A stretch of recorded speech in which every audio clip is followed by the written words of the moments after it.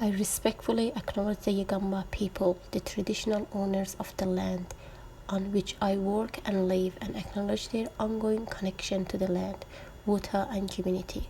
I pay my respect to their elders, past and present, and all Aboriginal and Torres Strait Islanders peoples.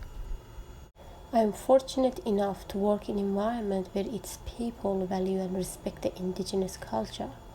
In my work environment, every morning before they start the day, all kids with their educators do an acknowledgement of country in their yarn circle to show respect to the people who have lived in Australia for 50,000 years.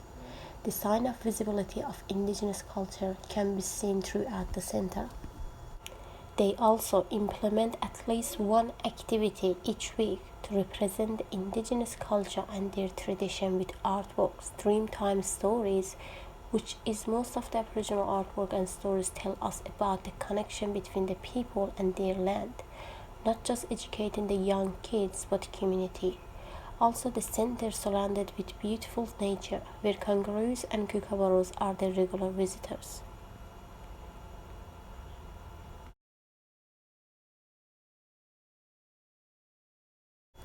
After that, I walked to my local library and was hoping to find resources that represent indigenous culture. When I entered, I saw the flags on the wall and big sign that welcomes all different countries with their own languages, including the Yagamba language. Then went inside, find the booklet, which was showing different events happening throughout the year about indigenous culture. The aim of the events are to give the voice to Aboriginal and Torres Strait Islanders peoples within the community and ensures that indigenous language are represented in a public signage and build knowledge about their languages. Then I started to walk around my home within my suburb, which I was hoping to find more, but there were no evidence that can represent indigenous culture or values within my community and suburb.